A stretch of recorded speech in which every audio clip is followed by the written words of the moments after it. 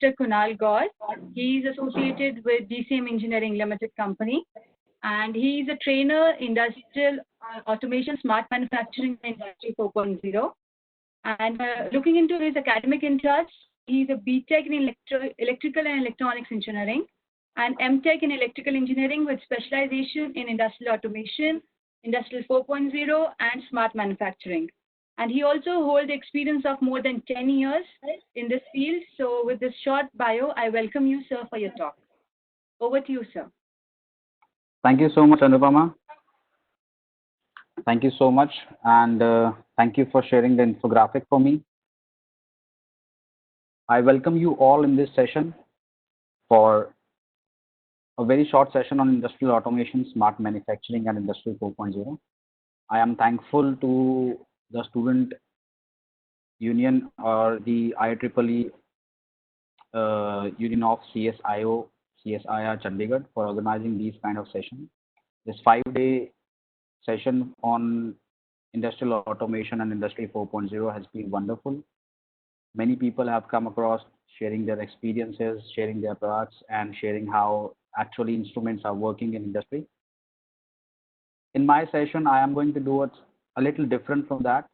My session is more of sharing my experience and expertise that I have gained during this 10 years of my experience in manufacturing industries. So I have worked on plant engineering technology, wherein the plant maintenance and instrumentation comes in. I have worked into automation and PLC and robotics with exposure on Industry 4.0 application. I have myself designed PLC programs, HMIs and SCADA programs, and have completed successful projects with the SAP ERP system. So in this session, more or less, we will be discussing about what technology has evolved and how this technology is working in industries. To start with this, okay, so this is a short description where the program details. We are going to discuss about industrial automation and Industry 4.0 and how it is driving towards smart manufacturing, because we have been doing manufacturing throughout the globe for a very long time.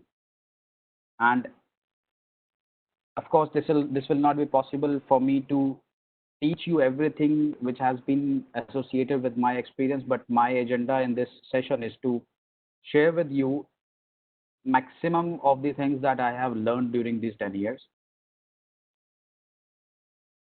Coming up with the agenda of the program.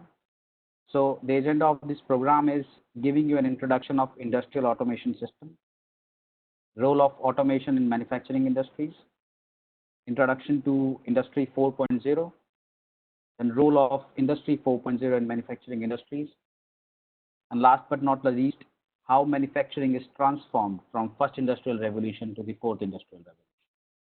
So as I have already said, in this program, I'm going to share my experience, and I will share with you how industrial automation is actually working in the manufacturing plants, how Industry 4.0 is being approached, and how companies are taking it up. And I will be giving you examples, real-time examples wherein I have worked on. So to very well start with this, I would like to tell you what basically a manufacturing process or a manufacturing industry is. So defining it a very short definition, manufacturing is a small branch of manufacture and trade based on the fabrication, processing, or preparation of products from raw material and commodities. And before we move further on industrial automation and Industry 4.0 and everything, we need to understand the category of manufacturing industries. So the first category is apparel industry, wherein all establishment producing clothing and fabricating products. Chemical and allied industries, all establishments producing basic chemicals and establishment producing manufacturing products. Then we have electronic and electrical equipment industry, which involves all the establishment engaged in the manufacturing machinery, apparatus, supplies for generation, storage, transmission, transformation, and utilization of electrical energy. Fabricated metal industry are the establishments which are engaged in fabricating ferrous and non-ferrous material. An industrial and commercial machinery industry, which includes the establishments which are engaged in the manufacturing of industrial and commercial machinery and equipment and computers. Transportation equipment industry includes all the establishments engaged in the manufacturing equipment for transportation of passengers, cargo, maybe by land, air, or water. So these are the category of industries, manufacturing industries which exist, and they are more than these industries which exist in the world. Now, when we discuss of the future of industries, what is the future of industry and what is smart manufacturing and smart process? So when we talk about this, we usually think that smart manufacturing and smart processes will be designed by people, by young generation people who are coming out of their colleges. But basically, these are the engineers. And when I say engineers, I do not mean specifically engineers. These are people coming from engineering background who are involved into research, who are involved into processes, who are involved into production. These are the people who make changes in the industry, and these are the people who are driving the current industrial automation process towards smart manufacturing. Now, moving further, we discuss about the automation technology in manufacturing. So what is automation? A brief definition, which includes automation is the use of control systems such as computers, robots, and information technology for handling different processes and machineries in an industry to replace a human being. It is the second step beyond mechanization in the scope of industrialization. So as we are already aware, I am assuming that most of the people who are attending this webinar, you are associated with the research work, or some of you are into academics, some of you are experienced professionals. So I understand that you people, I am taking it as understanding that you people are aware of automation technology which is used in manufacturing. And the basic agenda of this technology is to reduce the human intervention in the mechanization process. That is the first motive, because less human intervention means more quality, more production, more effectiveness, and more productivity. Now, the question arises, why do we need industrial automation? What is the requirement of industrial automation? So the very first requirement, as I have said, is the high productivity. Industrial automation fulfills the aim of the company by allowing the company to run a manufacturing plant for 24 hours in a day, 7 days a week, and 365 days in a year. This leads to significant improvement in the productivity of the company. Then is high quality. Automation elevates the error associated with the human being. As I have already discussed, less human intervention means more quality. Further, unlike human beings, robots do not involve any fatigue, which results in products with uniform quality manufactured at different times. So we very well know that if a human being is involved working 8 hours in a shift, there is a time after 2-3 hours or maybe 4 hours of working, depending upon the individual, that the energy level of the individual goes down. And when the energy level goes down, the enthusiasm goes down. And at the same time, it hampers not only the individual, but it also hampers the productivity. It also hampers the quality of the product which is being produced. So high flexibility is one of the major components of industrial automation, and is one of the reasons why we are always striving towards industrial automation process, because it's add a new task in the assembly line. Whenever a new task in the assembly line is added, it requires training with the human operator. However, if we are using industrial automation system, a PLC and robot can be programmed to do a task anytime. This makes the manufacturing process more flexible. Fourth point is high information accuracy. Now, we very well understand that data is very much required in any manufacturing process. So the information that we are gathering, the data that we are collecting is of keen importance. And when we are into manual production system, this data is collected manually by the operators, by the technicians, or by the engineers who are working on the assembly lines or on the machines. So within industrial automation, which is again a part of Industry 4.0, adding automated data collection can allow you to collect key production information, improvise data accuracy, and reduce your data collection cost. Obviously, because if we are involving machines and robots to count the data for us, and when I talk data, by data I mean the production data, the breakdown data. I will be discussing that in the further slides when we come on to Industry 4.0 implementation. High safety. So when the manual process is being carried out, there are really high chances of huge accidents taking place on the machine, which may hamper and which may affect the operator, they may affect the machine as well, or other technicians who may be working on the machine. These are the reasons why we need industrial automation. And now to discuss the component of industrial automation, I am bringing to you as the components of industrial automation, which include different type of programmable logic controllers, distributed control systems, field industrial devices, industrial communication and network, human-machine interface, supervisory control and data acquisition, and personal computers. So yeah, sorry to interrupt you, sir. Yeah, sorry to interrupt you. Ashish Kumar, kindly unmute. Yeah, Ashish Kumar, kindly mute yourself. Okay, sir. I think somebody is still unmuted. Yeah, it's Ashish Kumar. You don't have rights of muting everybody. The session is going. Yeah, we have that, but when a person clicks it again, then it got open up. I would request everybody to please concentrate and please mute the session.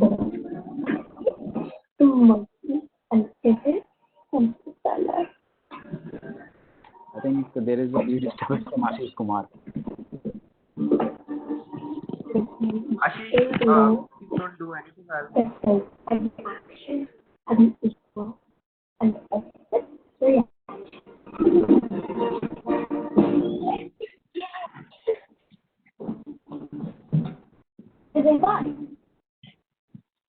Can you mute everybody from your side?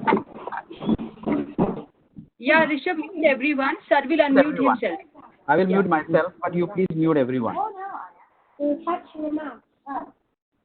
one, I'm not cooking it. Here we go. Now, come on. Keep waiting. What is it? I think, sir, it's something else. Okay. Do I need to unmute myself?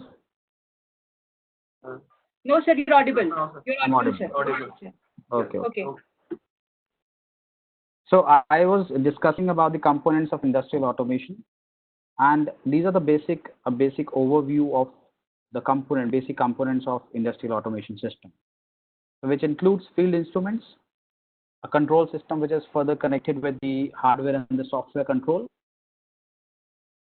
which I have explained in this site. I have tried to give you an explanation with the different components of industrial automation system. And the first component is the power supply, because any automation system needs to be powered up before it is working or it is processing the data. The main component is the processor, which processes the data.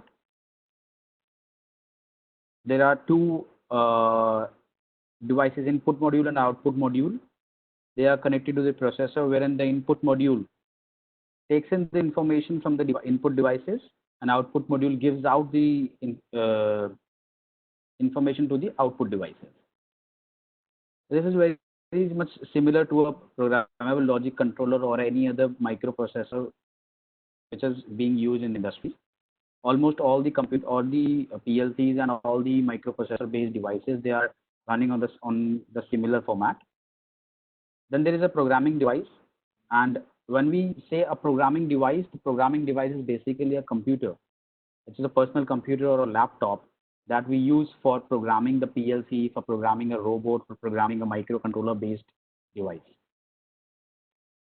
Now here input module and output module are connected with the field sensors, push buttons, contacts, limit switches, etc. for providing the input to the input module. However, the output module is connected with the solenoid valves, contactors, maybe the HMI and SCADA system for delivering the output. So this is how a general industrial automation system looks like. And since we are talking about industrial automation, so PLC is the very most important component of industrial automation. And that is what I'm going to display you here, the components of a PLC. And for instance, I have taken example of a Siemens PLC. Siemens is a company that is into manufacturing of industrial automation products. And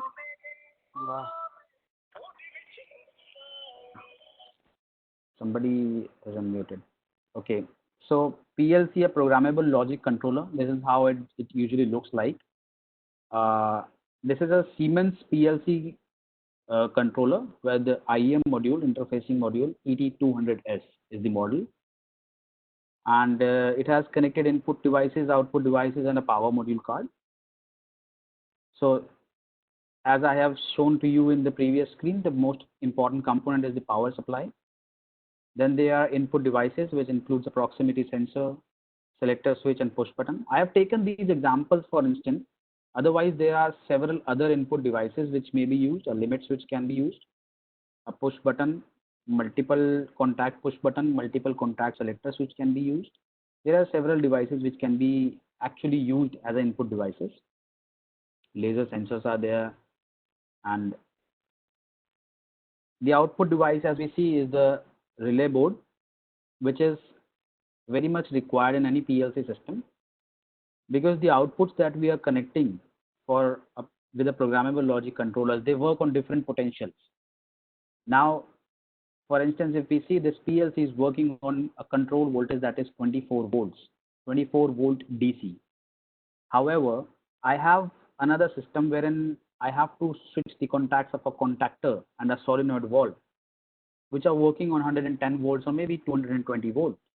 So the coil of this contactor and solenoid valve are operating on 220 volt AC or 110 volt AC. So in that case, I will not be able to make switching of the contacts with the PLC output. So what we have done is I have used a relay card wherein the output of the PLC is switching the relays, and in proportion to that, the particular relay is operating and the contacts of the relay. A relay would have minimum two contacts. One is a normally open contact, the other is the normal closed contact. So when the supply is given, the normally open contact becomes closed and a normally closed contact becomes open. So with these contacts, we are switching the contactors and the solenoid valves, and this is how a normal automation system is working.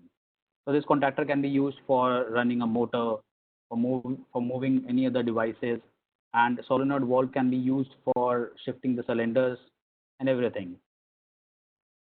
Since we have shown that contactor is used for running a motor, and here is the description of different components of a PLC, wherein the very first component from the left, if you see, is the CPU. Then is the CPU switch, and CPU is central processing unit. It is very much common to the CPU of a computer that we use at home. So this is where all the arithmetic logic operations and all the processing of the data is carried out. CPU switch is used for turning the PLC into run mode, or maybe to the stop mode or to the programming mode.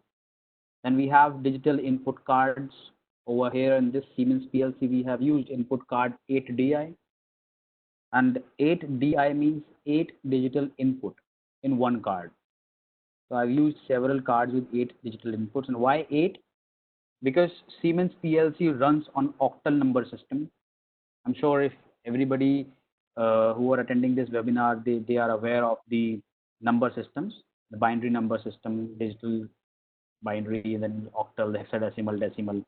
So Siemens PLC is working on octal number system, wherein the inputs start from I0.0 and ends at I0.7, and successively I1.0 to 1.7, 2.0 to 2.7, and so on.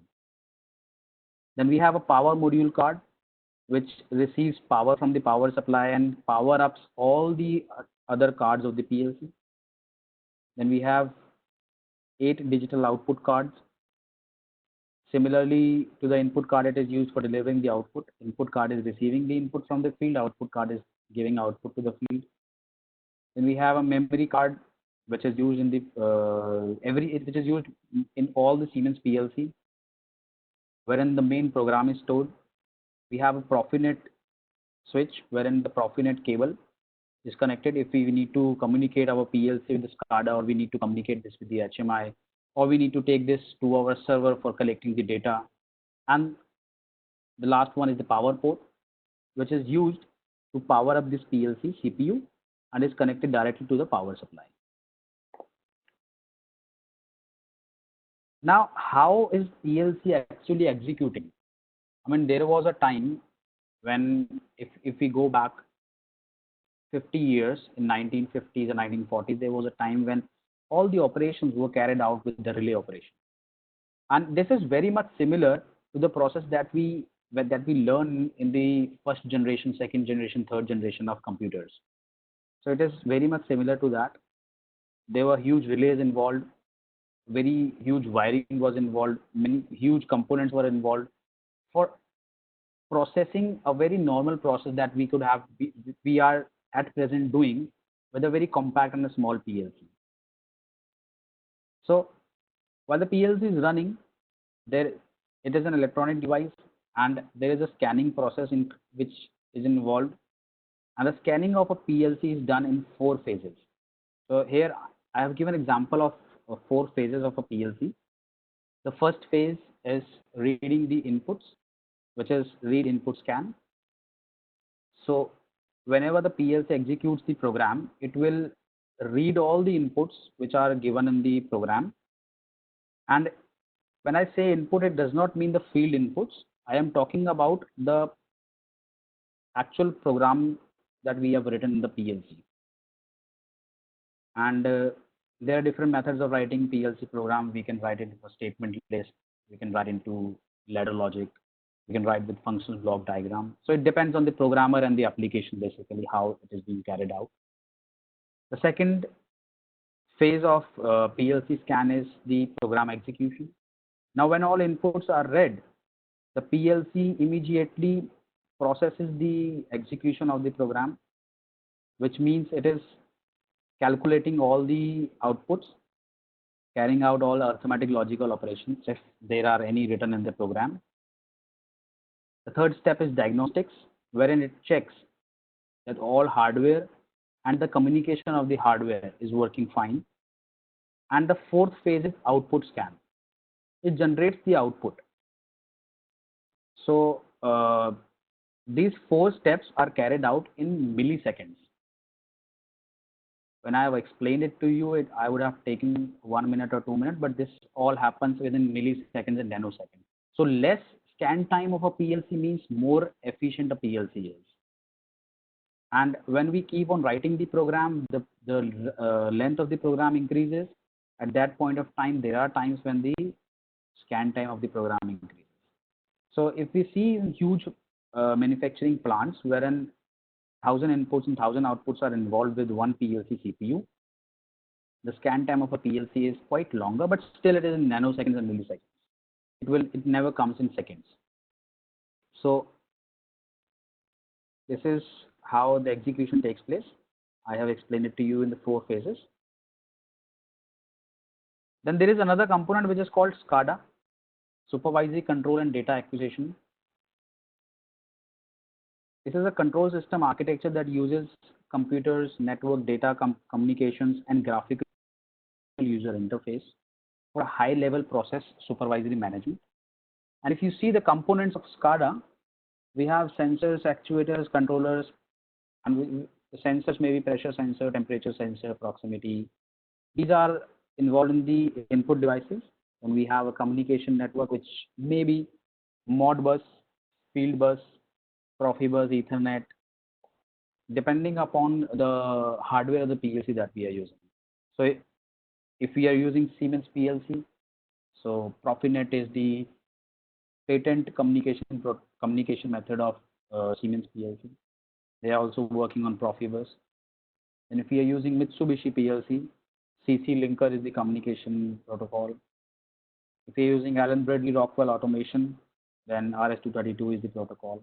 So different communication protocol depending upon the hardware that we're using and the communication protocol that OEM has already set for that. Then we have HMI or the PC which are installed in the control center.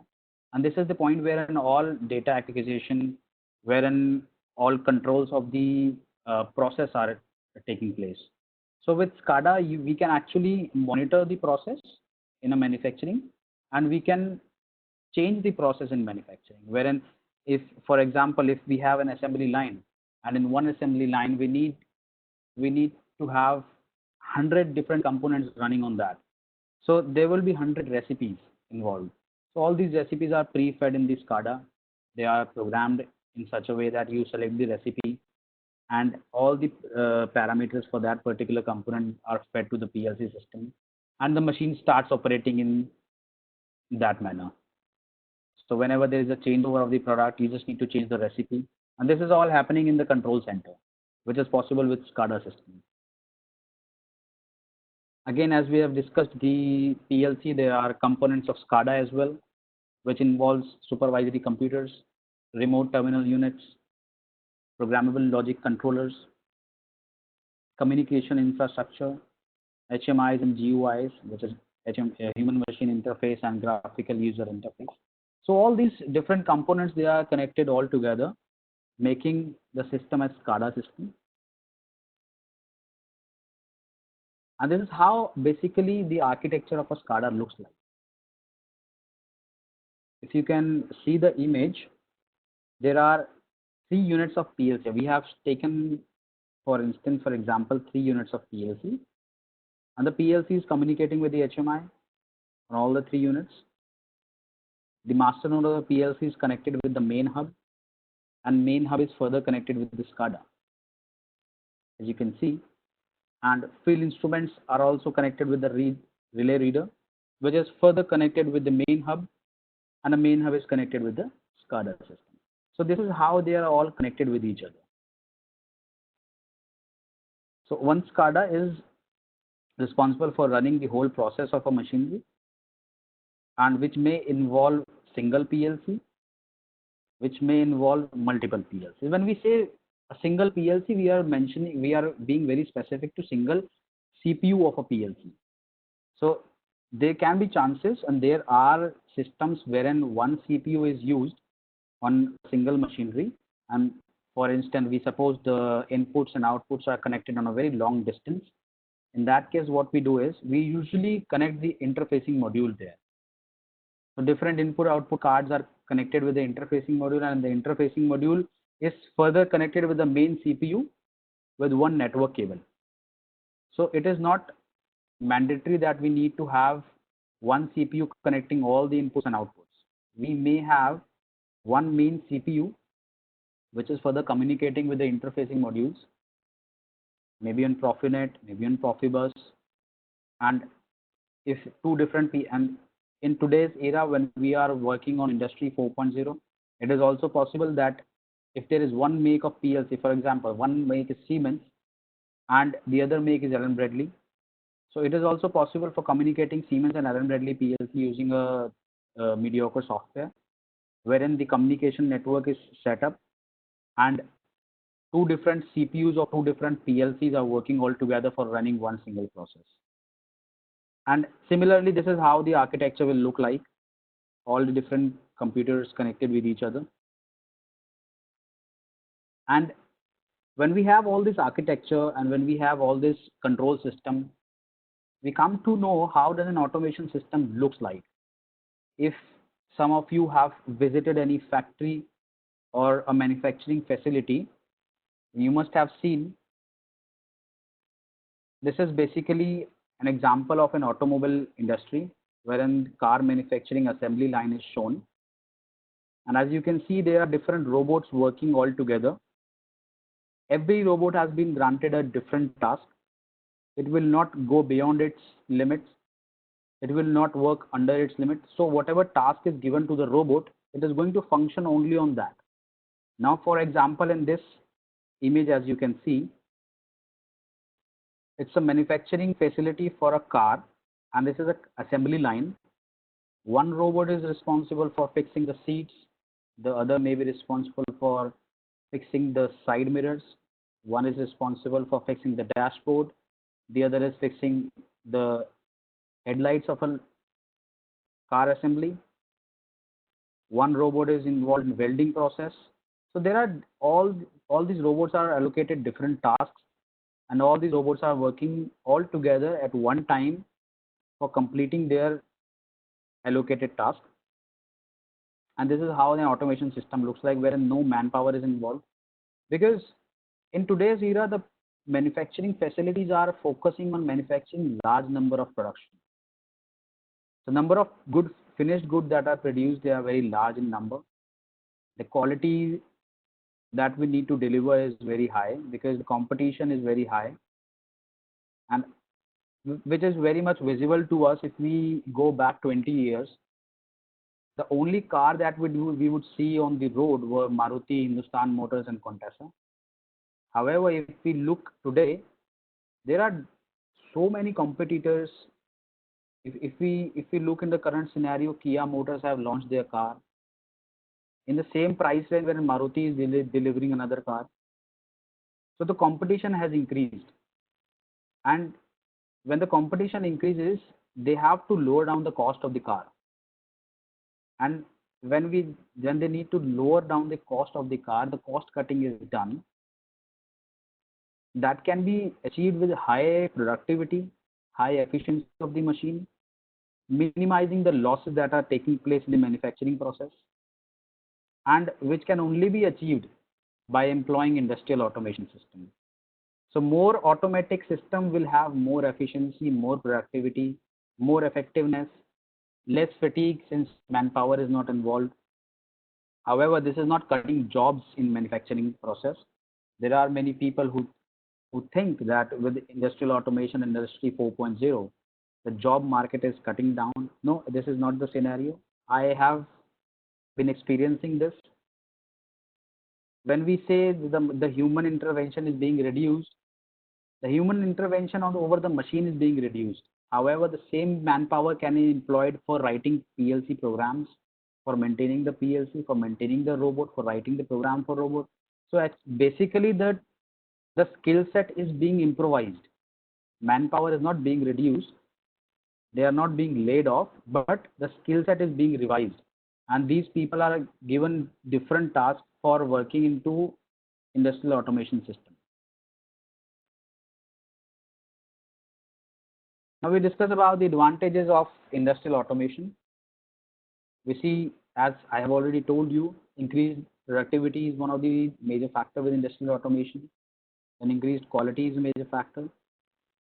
Safety of the working conditions, which involves the manpower safety, which involves the machine safety, and reducing the cost of the production, which is the major component. And here also I would like to focus on when we talk about safety. So there was a time when relay logics were working and automation system was not advanced as it is today. The number of accidents taking place in the manufacturing process was very high. And today we are working in such an environment, in such a technology, that industrialists, they are focused on zero accident theory. In fact, in my last 10 years where I've worked, fortunately, I have never faced any kind of accident or accident miss, which is a terminology used in industries. So safety is very much important, and it is achieved by industrial automation. PLCs are programmed in such a way that if by any chance a safety violation takes place, it will immediately stop the machine production. And since the machine is stopped, so there are zero chances of accident. A separate set of safety PLCs are being used, which are only working on the safety system of automation, or a safety system of the machinery and the human being. So these are the advantages of industrial automation. And with this industrial automation system, we enter an era wherein Industry 4.0, which is the fourth industrial revolution, this was introduced. And Industry 4.0 is the future of manufacturing. This is very much clear, and has been there in articles, has been there with the government as well. Government, in fact, the Indian government is working on Industry 4.0 because it has already been cleared that by the end of 2030, all the industries will be working on Industry 4.0. All the processes will be automized. And if you see in your household as well, every single activity, switching on the bulb, switching on a fan, switching on a TV, lighting system at your home, refrigeration system, everything will be digitalized, and it will be under Industry 4.0. Because when we speak on Industry 4.0, mostly it is discussed that Industry 4.0 is applicable in the industries, in the manufacturing facilities. But this is a myth. Industry 4.0 is applicable all around the world. Everywhere it is applicable. It is applicable in your household. It is applicable while you are driving a car. I will be discussing all these things in further slides. But before that, we know what is Industry 4.0. The very first question arises, what is Industry 4.0? Where did Industry 4.0 started? Why Industry 4.0? So these are the three basic questions that arises: what, where, and why. So I am giving you an example here of a very basic example of a food manufacturing industry, which is now working with Industry 4.0. So there was a time wherein yogurt was available in 4 different flavors: banana, apple, mango, and orange. So these are the 4 flavors in which yogurt is available. But since the competition has increased and the public demand has increased, the consumer demand has increased, so now there is a demand of making more than 100 flavors of a yogurt. Now, how is it possible for manufacturing 100 different flavors of yogurt by the same company having only one assembly line? This was very much possible when we used to make 4 flavors, switching the valves, switching the tags, switching the stickers, and switching the raw material. 4 different flavors are available. In fact, if a manufacturing facility has 4 different assembly lines, that was very much possible. But when we need to produce more than 100 flavors of yogurt, it is going to be a very huge project. But this is possible with Industry 4.0, and it is only possible with Industry 4.0. How? Now here, only one assembly line is used, which will have different valves, different tanks for different flavors. The operator just need to enter on the HMI or on the SCADA the recipe for the yogurt. Say for example, we are producing banana flavor, which is recipe A or recipe 1. He needs to enter recipe 1 in the SCADA. Once the recipe 1 is entered, automatically all the parameters which are assigned with the recipe 1 are fed into the PLC system. And it is not only feeding the parameters, it is also cross-checking it. It is also handshaking. Because Industry 4.0 is all about accuracy.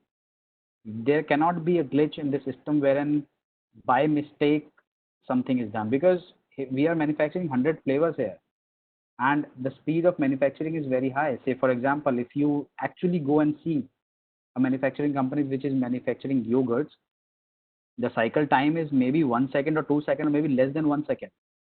And cycle time means less than 1 second every cup or a bottle of a yogurt is produced. Less than 1 second, one bottle is produced. So this is a cycle time. And there is no chance that we can take a risk that by mistake a different flavor has been poured into a different bottle, which may be the case with the manual system, wherein if the operator forgets to open a valve or he opens a wrong valve. So basically the sticker that is marked on the bottle is for banana flavor.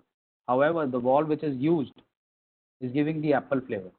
So by the time you come to know that wrong recipe has been fed or wrong product has been fed into a wrong bottle, it will already had made a loss for thousands and thousands of bottles, making a loss of energy, making a loss of manpower, making a loss, monetary losses, and everything, which cannot be produced in the market now. It cannot be sent to the market for sale. So that is where Industry 4.0 comes in. It will in this process, in this example, if delivered with the Industry 4.0, it is going to check each and every tag. There are barcode sensors that are involved. It is going to check the level. It is going to check the flavor. If the right flavor, right level of bottle is being used, everything will be synchronized, and handshaking will be there on every step. And what handshaking is, I'll be coming in the upcoming slides what handshaking is. And there is one more example that I want to give you is for a harbor with Industry 4.0. This is, I'm sure everybody have some time in their life have seen a harbor. And even if they have not seen it, that is not a problem. So harbor is basically wherein all ships come up and the containers are loaded on the ship. So this is a manual example wherein a crane picks the container and places where the space is available on the ship. Weight may or may not be optimized, and balancing the ship may not be accurate.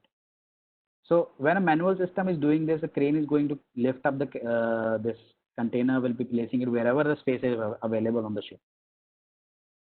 But if we go with Industry 4.0, the same feeding of these containers on the ship, if we go with Industry 4.0, we see a 3D model of the ship is made, and it will analyze and tell the motor of the crane. Now, when everything is communicating with each other,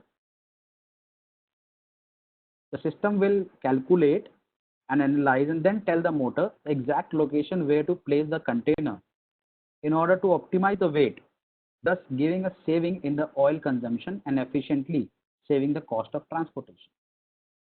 Now, how this happens is, when we are placing all the components in the one place and we are not optimizing the level and the weight of the containers that are being fed to the ships, that may or may not be balanced. I'm talking about the weight of the ship, which will not give the efficient fuel efficiency. And once this is carried out with the Industry 4.0 3D model, it will balance the weight in such a way that the maximum efficiency is given by the ship, maximum travel is done with the minimum amount of fuel used, which of course is going to save a lot of money in the transportation cost. And this is how what Industry 4.0, the fourth industrial revolution in this industrial automation looks like. Again, assembly line is there, different robots are working on the assembly line. And when we talk about IE 4.0, it is not only about the technology, but who owns the interface to consumer and solution. In essence, Industry 4.0 describes the trend towards automation and data exchange in manufacturing technologies. So data, as in the past 4 days as well, everybody who has delivered sessions on Industry 4.0, I'm sure you people have noticed that everybody talks about data. And everybody have mentioned data is the oil for today. And why they gave this example is because oil is very expensive. So data is very expensive. And this is through data that we analyze the things, we analyze the processes. The data can be manufacturing data, process data, every kind of data that is being required in the manufacturing process. So capturing the data is the basic agenda in Industry 4.0, and then analyzing it and then improvising in the process. However, IoTs, which is Internet of Things, IIoT, Industrial Internet of Things, Cyber Physical System, Artificial Intelligence, these are sub parts of Industry 4.0, which are actually working all together in order to bring data, and the data can be analyzed. The analysis can be algorithm based.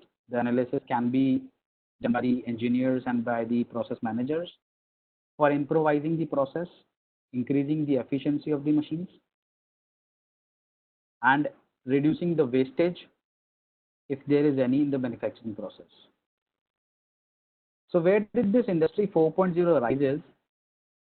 I have given a map here. If you can see, the very first Industry 4.0 platform was started in Germany.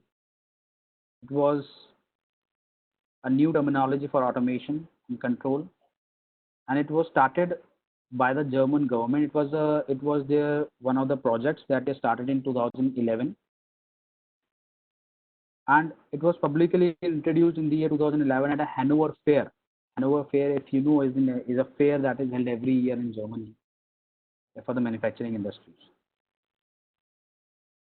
Now the question is, why to implement Industry 4.0? If you see, I have always, some of you would have been wondering why I'm always using the examples for a car and automobile industries. There is no specific reason for that. I am just using these examples because I have experience working into automobile and all the automotive industry, maybe sub vendors or the OEM.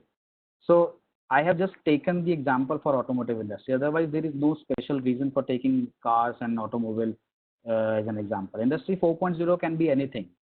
In order to understand this, you can visualize a picture for anything, a food processing industry, a mobile or a tablet or a computer, anything you can visualize. So why to implement Industry 4.0? Is the ease of current challenges in manufacturing, digitalization of the whole product life cycle. Then Industry 4.0 leads toward the innovation of the economy. It brings in the consumers in the center of all activity. Human involvement and bringing human to the center of production. Sustainable prosperity. So these are the reasons why we need to implement Industry 4.0. And as I have already discussed, the human involvement and the bringing human to the center of production, this is where we are talking about. We are not actually laying off the manpower with Industry 4.0. We are actually upgrading their skill set, allocating different tasks to them. Just the man job that were involved in the shop floor area is being reduced by a robot, being replaced by robots and the automation system. So we see further the stages of industrial revolution, how they have taken place. Many of you have already studied this, the first industrial revolution, that was Industry 1.0 at the end of the 18th century. Second industrial revolution, late 19th century. Third industrial revolution, beginning of 1970s. And fourth industrial revolution, which is today, which is based on cyber physical system and smart manufacturing.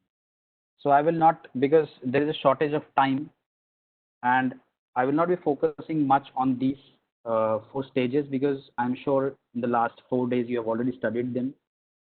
And I will be coming on the how implementation of Industry 4.0 is taking place in industries these days. Basically, this is a timeline infographic similar to the previous slide, wherein the first industrial revolution, steam engines were used. Second industrial revolution, relay logic operations. Third was the PLC and robotics. Fourth is data collection and monitoring with smart manufacturing. So this is how the timeline has developed for Industry 4.0, or we can say the fourth industrial revolution. This is one example of how development in manufacturing process with automation has taken place. I'm sure everybody knows what this machinery is. This is a very basic machine, which, if being fortunate, we will be able to see these machines in the villages if we are going. This is basically a handheld machine which was used for grinding the grains. There was a development in the technology wherein the if we see, we talk about the first image, this image. This was all manual process which was carried out. The man was using the handle and revolving it all the time, so mechanical energy was involved.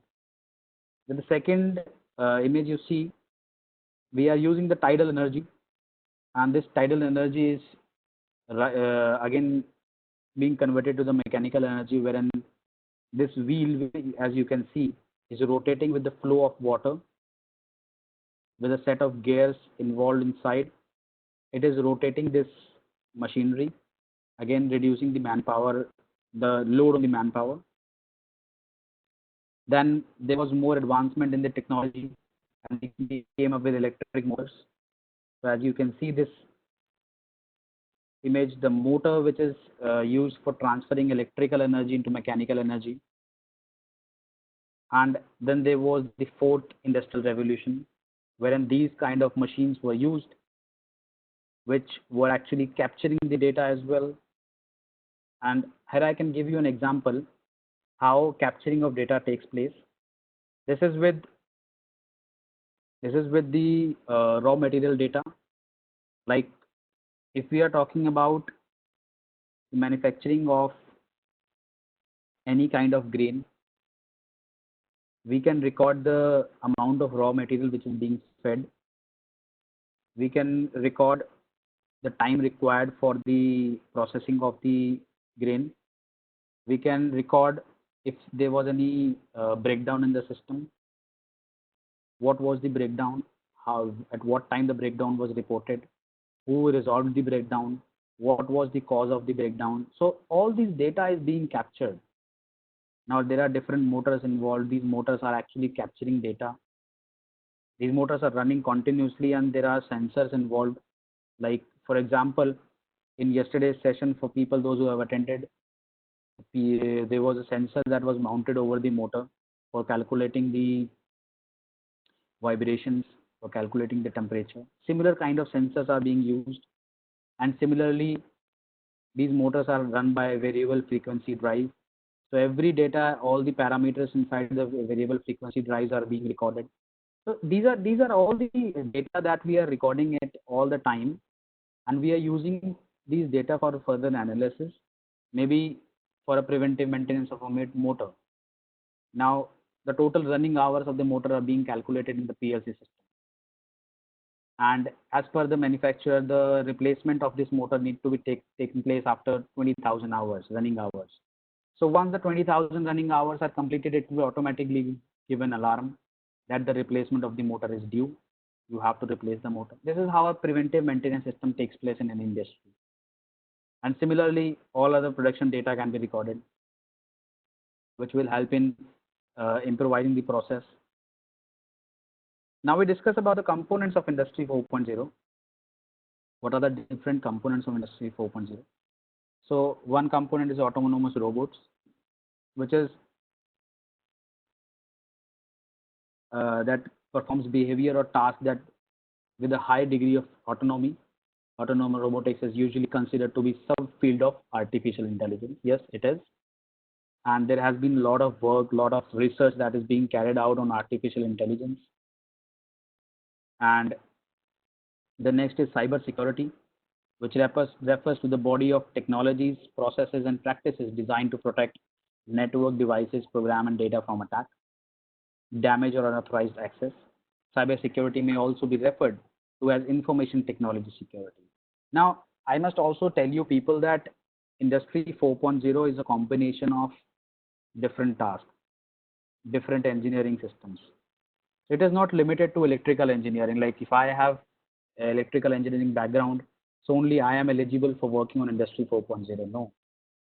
Industry 4.0 is a combination wherein electrical engineering, mechanical engineering, civil engineering, electronics engineering, IT and computer science engineering, they are working all together in one system. Internet of Things simulation, very important that all the components that are being used, they are connected with each other. That is what we call as Internet of Things. every equipment that is being used on the field has a specific IP address. This is communicating with the main hub, which is the processor or the computer of the PLC, and it is sending data at all the times, and this data is being used for further analysis. This may be wired and may be wireless. There is another component that's called software integration. Now, as I have already explained in the previous slides, you see, we talk about different make of PLC that are being used. So one make is Siemens, the other is Allen Bradley, the other is Mitsubishi, one is Delta. We have HMIs which are from PLC from Siemens, HMI from Delta. So all the different components working on different softwares. So it is very important that integration of this software is done.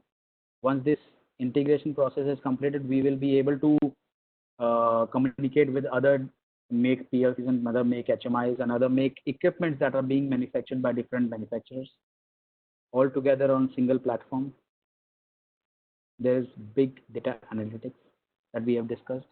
Big data analytics means that all the data, manufacturing data, process data, control data, manpower data is being recorded in the PLC. Then there is industrial Ethernet, basically the communication of all these machines. This can be variable, which depends on the make of PLC, the make and the hardware that we are using.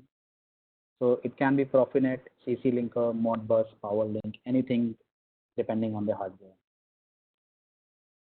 I want to give you an example here with big data, that when we talk on big data, I will give you an example that I have myself worked on. There was a machine which was feeding the raw material to other 10 machines underneath.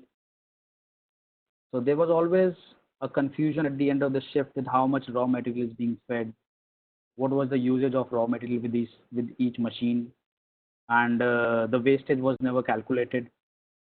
So I had written a program with application to Industry 4.0 and the PLC, which would calculate the raw material which was fed to this master machine, how much raw material. So since this more raw material was sand, I will be giving example very precisely. So this was sand. So how much kgs of sand was fed to this machine? What was the cycle time taken for preparing the sand? What are the other components that were used? What was their weight? What was the frequency of addition? What was the cycle time for each and every component? Then this is the process data for master machine. Then this machine delivered this prepared batch to which particular machine. Suppose there were 8 machines underneath. So which machine was giving demand for the machine for this sand, and the machine which is given demand, is the processed sand delivered to this machine or not? If the sand prepared was a good batch, maybe there was some problem in the quality. So if there was a problem in the quality, who inspected?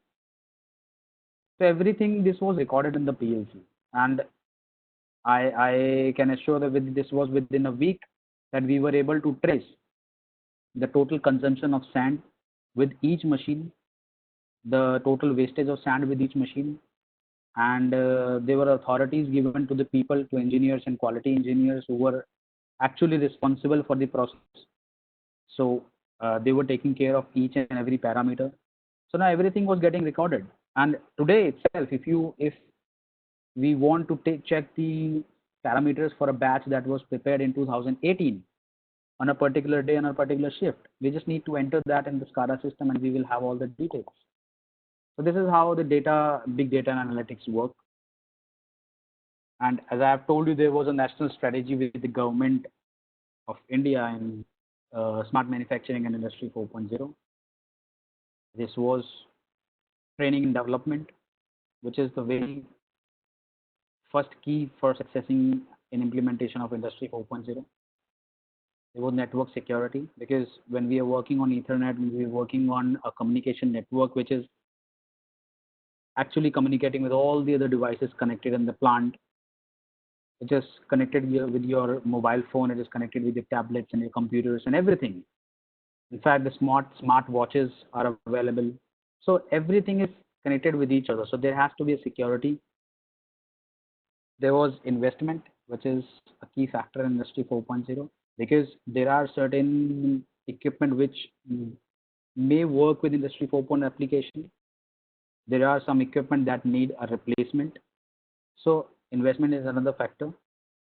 High quality infrastructure, again, which is a part of investment, wherein in order to implement Industry 4.0, the infrastructure shall be defined in such a way, or it should be available with the machineries, and if not, we need to first buy this kind of infrastructure which is actually uh, flexible with Industry 4.0 equipment. Reorganization, the work environment, of course, like whenever we make changes to the production system, there will be reorganization, wherein if somebody is involved in lifting some packages, now we have robots for that. So now this person who was lifting these packages is now involved in some other kind of activity. So reorganization is very much important and is required. There was integrating the complex system. Now all the machines working on different software need to come on one platform, communicate on one platform. So it is very important to have their integration. And this is how, if you see, Industry 4.0 system looks like. If you see the flow chart here, it is Industry 4.0 with smart system and smart engineering. IoT hub, wherein which is connected further with industrial IoTs, and all the other machines, IoT platforms, mobile devices, printers, smart sensors, automation system, they are connected with each other. And also the consumer as well, it is connected with the consumers also. And if you see how it is connected with the consumers, I can give you an example. We take an example for a energy meter that is installed at our home, in our household, for calculating the energy. So there was a time when a person would manually come from the electricity board and write down all your readings and then go back, and then your electricity bill is generated. But in today's time, if you see, there's nobody coming home. These electricity meters, they are equipped with a SIM card. There's a same SIM card that we use in a mobile phone for the connectivity. This SIM cards provide the internet connection, and all the readings and the activities and the power consumption is directly reported to the main server of the electricity board. If there is any problem in the software, they can upgrade the software there itself with their server. So all in all, they don't need to come to your house in order to make corrections, in order to make the readings or anything. So this is a part of smart manufacturing. These meters are manufactured now. They are installed in the household. The application is there. Smartphone application is there, wherein you download the application for the electricity board, and you can see your power consumption on daily basis, on hourly basis. Everything is available. And with the smart manufacturing, there is also a component called machine-to-machine integration, which we have discussed. When two machines are connected with each other, they are talking to each other. And when we say they are talking to each other, they are basically exchanging the data.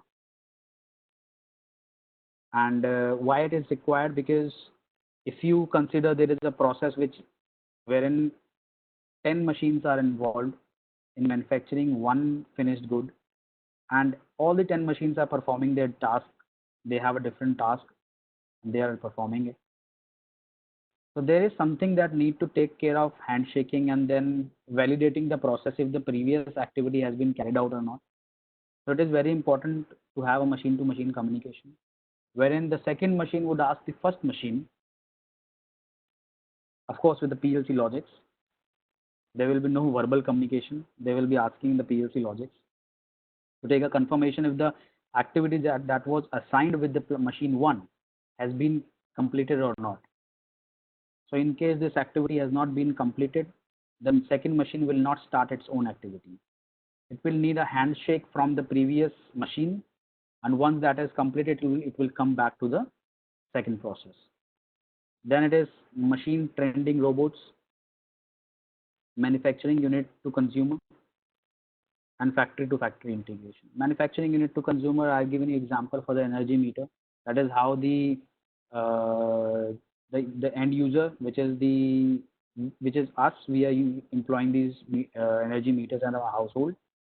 We are connected with the electricity board, which is further connected with the manufacturer of these meters. So manufacturing unit to consumer, everything is connected with each other. Factory to factory integration, the similar operation like machine to machine integration, wherein one step is carried by machine 1, the second is carried by machine 2. This also happens in the manufacturing unit. If you see an example for huge manufacturing OEMs, like for manufacturing of car, Honda is manufacturing the cars, but it is not making all the components in their facility. They have several vendors who are working all together to bring all the components. Now all these vendor companies are also communicating with the master company, the original equipment manufacturer. So if there is a problem in the stage 1, that is immediately reported in the final stage, that to prevent the losses in the assembly line and the manufacturing of the OEM plant. This is how basically a smart manufacturing process looks like, where Industry 4.0 can be applied in any manufacturing process with its integration to the ERP system to enable lean manufacturing process in the production. And I've given examples of the following, the combination that takes place. Smart operators are required, smart machines are required, smart products are required, and smart planner groups are required. This is the same that I have given examples earlier as well. Smart operators, smart machines, who are working all together without the human intervention with the algorithm that has been written already. So they comprise of a smart manufacturing system. And this is how basically a closed loop manufacturing solution looks like, wherein all the manufacturing operations management, production scheduling team, production compliance team, quality team, lab management, everybody is connected to each other. Everything is connected with each other, you can see here. In fact, the corporate leadership team, the quality engineers, regulators, suppliers, everything, training department, all are connected with each other. And this is an example I have displayed here. This is a workflow, work order flow from SAP, which is an ERP system, to the machines for production planning and control. When we assign a process that we need to follow, for example, here in a manufacturing facility, we have 20 machines installed, and all these 20 machines are similar to each other.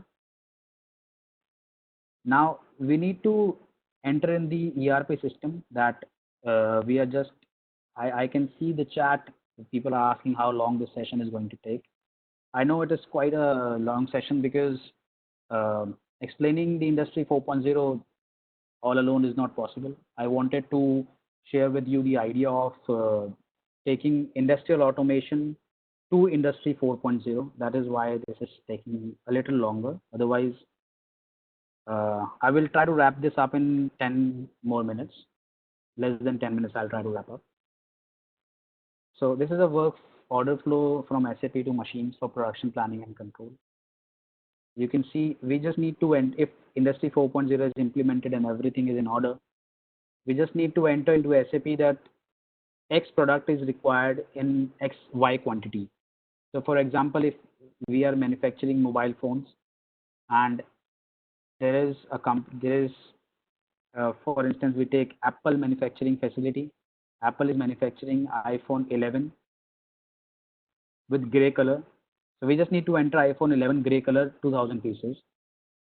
So the system will automatically detect which machine is available for manufacturing of the components. It will directly allocate the work order to these machines, wherein if you can see here, the work order date, work order number, machine code, item code, quantity, unit code, everything is being recorded and it is connected to each other. All the machines are connected with each other.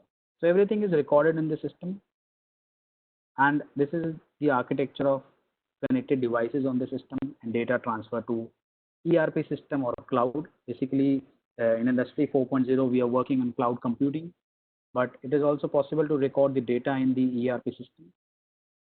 We can see that station 1 to 8, they are connected with each other. There's a master CPU, and for the local servers, ERP system, for instance, we have used SAP. They are all connected with each other, all computers and everything is connected. So this is how the architecture looks like.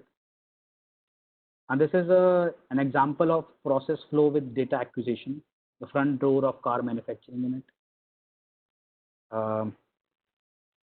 If you see in this front door, there are different components. For instance, we are taking 6 different components are used for manufacturing one door. And all these 6 components, they have a unique barcode. The data will be saved in these barcodes from all the stations. Then there will be a 7th barcode which will be used for the the whole door unit. Now, in order to trace this, if at any time we need to trace the manufacturing data of this door, we just need to scan the barcode and everything will be available in the system. For instance, who was the operator while manufacturing, what was the date, what was the shift, what was the raw material used, who was the engineer, who was the quality engineer for approving the process, everything, every data is traceable. So this is what Industry 4.0 is all about. And we see the logistic and supply chain is also connected with Industry 4.0 with proactive customer insights, smart products and services, material traceability with RFID and barcode. RFID is basically a type of sensor they are being employed in the industries these days. Equipment-wise traceability and material consumption that I have already given you example with material consumption example. And as in the previous slide we have shown, there are 6 different machines working all together for manufacturing 6 components for one door. So equipment-wise traceability is there. Digital supply chain and smart control. Bin control is there. So we scan the bin, we will come to know how many items they are available in the bin, what is the new requirement, when do we need to refill it. Everything is controlled by Industry 4.0. Coming to the last slide, this is increments with Industry 4.0, if you can see. And if you want to write down, these are the increments with Industry 4.0, which includes the simplicity, convenience, interconnectivity, flexibility, people empowerment, productivity, and flexibility. So these are the increments in Industry 4.0. That is all about today for how industrial automation and Industry 4.0 is driving towards smart manufacturing. I have tried to give you examples with this, and thank you so much for your patience. I think I've taken quite long, more than 1 hour for this session, and I hope everybody has learned something with this, and it was up to the mark as per your expectations. Thank you so much. If you have any queries, we can discuss it here, and if in case we have a time constraint, you can always write to me on my email address. I have mentioned my email address here. It is kunalfred@gmail.com.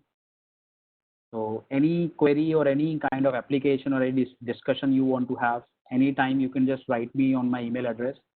I will be very happy to answer your queries. And you can also follow me on my LinkedIn page, where I am always sharing the content on smart manufacturing and Industry 4.0. I am writing articles there. There are several research papers that I have written there, which includes the research papers on wireless networking and smart manufacturing with the Industry 4.0. So there is always to learn something. You can follow me on LinkedIn, following with the following link, or you can find me with my name, Kunal Gaur. Thank you so much for your time, everyone. Over to you, Anupama. Yeah, thank you so much, sir, for very knowledgeable and very informative session. So if anyone want to directly interact with sir, so we can take up quickly 1 or 2 questions. Yeah. So anyone who want to interact? So we have Vaibhav Mete has a question in the chat box window. Mm-hmm. Yeah. So shall I read it for you, sir? Vaibhav, so very important. India is standing ahead of invention 4.0 as compared to other foreign countries. What do you think about IF? What things will be added into this? Vaibhav Mete, thank you for your question. You Yeah. are asking, he's asking like, is India standing ahead of implementing idea of Industrial Revolution 4.0 as compared to other foreign countries? What are you thinking about IF 5.0? What things will be added? So yes, Indian government and Indian companies, they are working all together. They have been researchers who are working on to implementation of Industry 4.0 and finding out how they can improvise on the implementation. However, I have not learned anything of Industry 5.0 as yet. I have not stepped into that because there is still time that we need to implement Industry 4.0. It is in the initial stage right now. And I suppose when this Industry 4.0 concept is completed, maybe in upcoming 5 or 10 years, so there will be something coming up with I 5.0, but I have no idea what is coming up. But yes, India is working into Industry 4.0. If you see, you can find out some videos on YouTube as well, which are available, wherein the government of India has introduced some projects with Industry 4.0. And more, there are companies from Germany and other European companies which are working with the Indian companies for implementing Industry 4.0 in their manufacturing facilities. Okay. Thank you so much, sir. So there's one more question that we can take. That is from Krishna Solanki. So he's asking, sir, can you explain the difference between HMI and SCADA system? All right. So this is a very common question that comes up, the difference between HMI and SCADA. Basically, HMI is used on single machines, on small machines, and SCADA is used for the process control. We cannot use HMI for process control. Otherwise, they are altogether very much similar to each other. The programming, the end user programming, the tag allocation, and then data recording is very much similar. But SCADA is used for process control, which is used in the controlling the whole process of the industry, wherein HMI is used for displaying the outputs on the single particular machine. The programming, when you create the tags and when you write the program for HMI and SCADA, they are almost very much similar. If you have basic knowledge of writing a program in your HMI, you can very well do that with the SCADA as well. But the SCADA is more oriented into process control.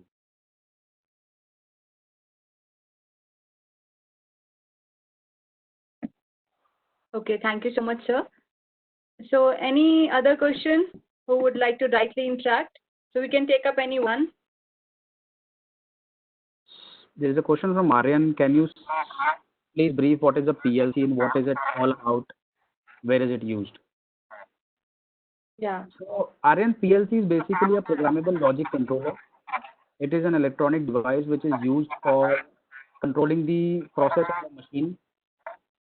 When I say machine, it can be an industrial machine, it can be used in your household as well. So it is basically the brain of a machine which is delivering all the processes, making calculations of all the arithmetic or any process oriented parameters that are assigned to the machine, and then giving outputs. So it is basically a computer which is involved in the manufacturing process. It has input devices, output devices, and everything.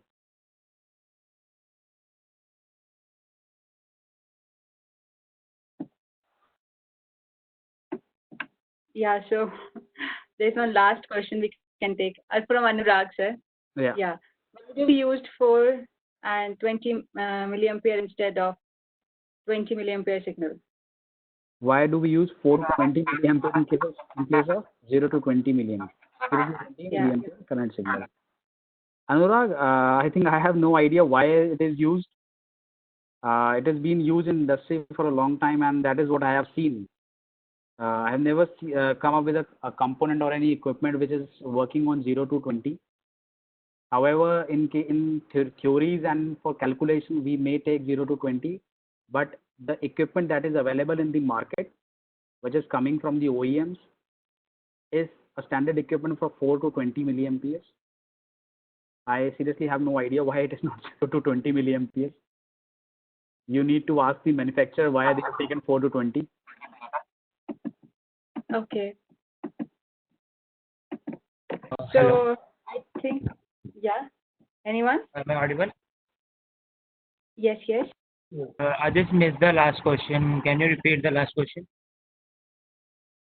The last question was why we are using 4 to 20 milliampere signal and not 0 to 20 milliampere current signal. Yeah, it is because like if we use a 0 to 20 milliampere signal, what will happen in industry, like some like consider an example, like system is on the one end of the plant and the operation is performing on the other end.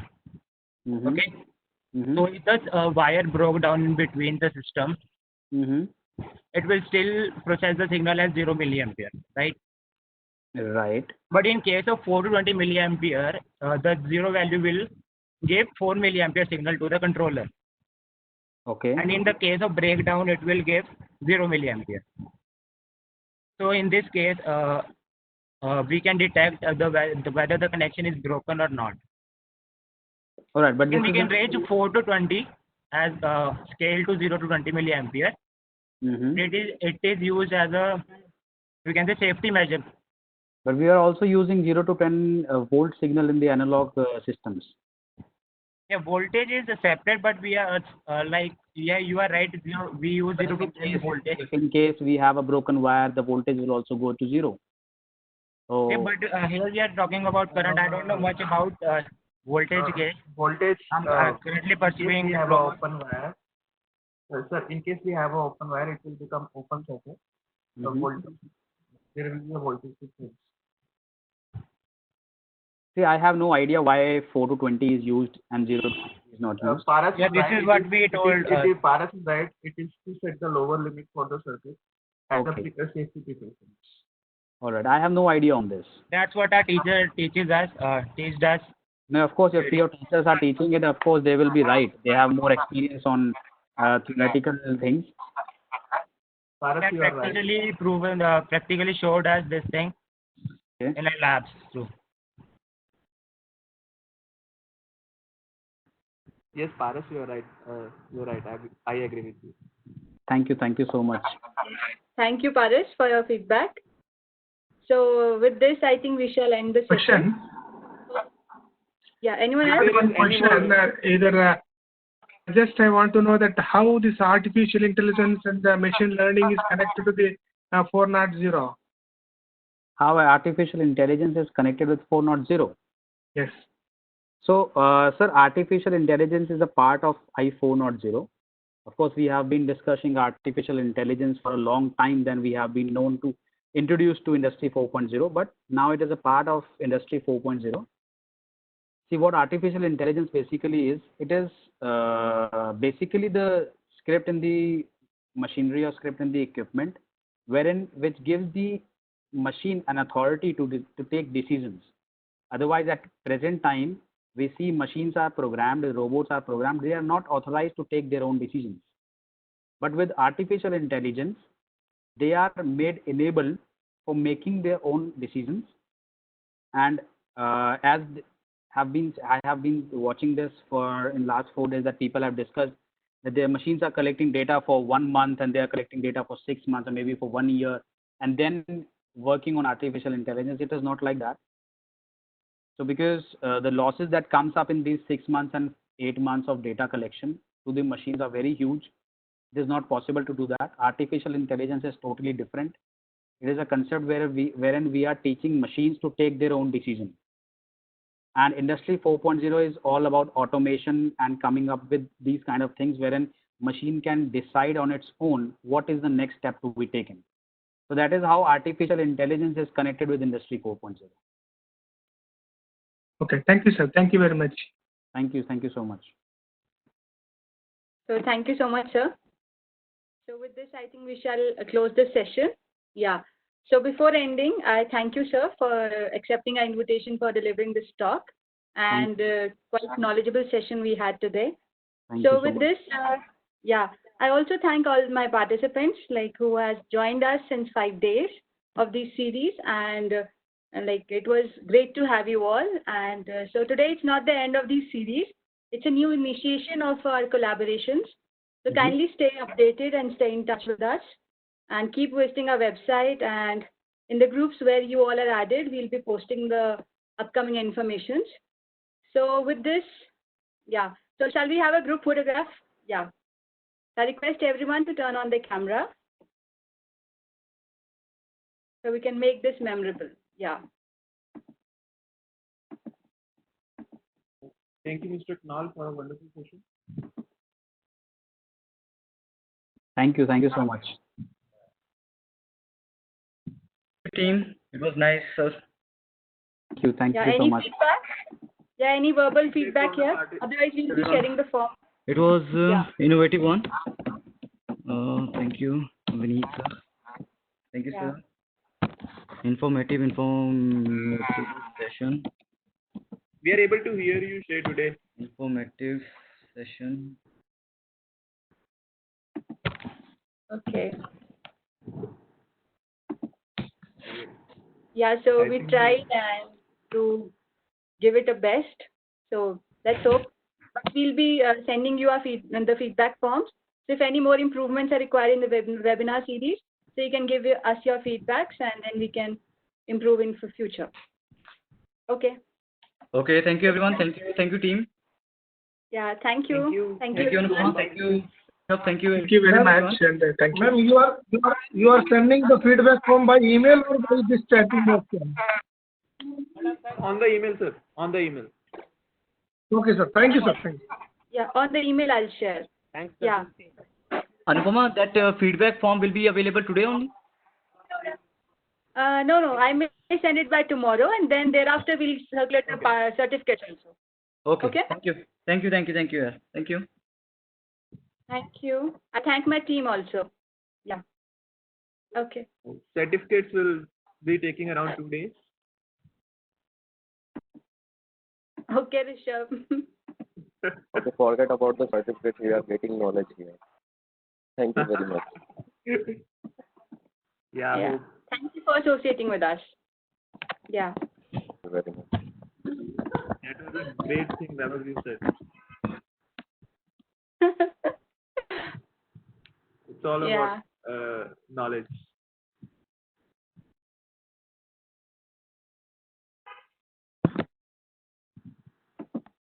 Okay.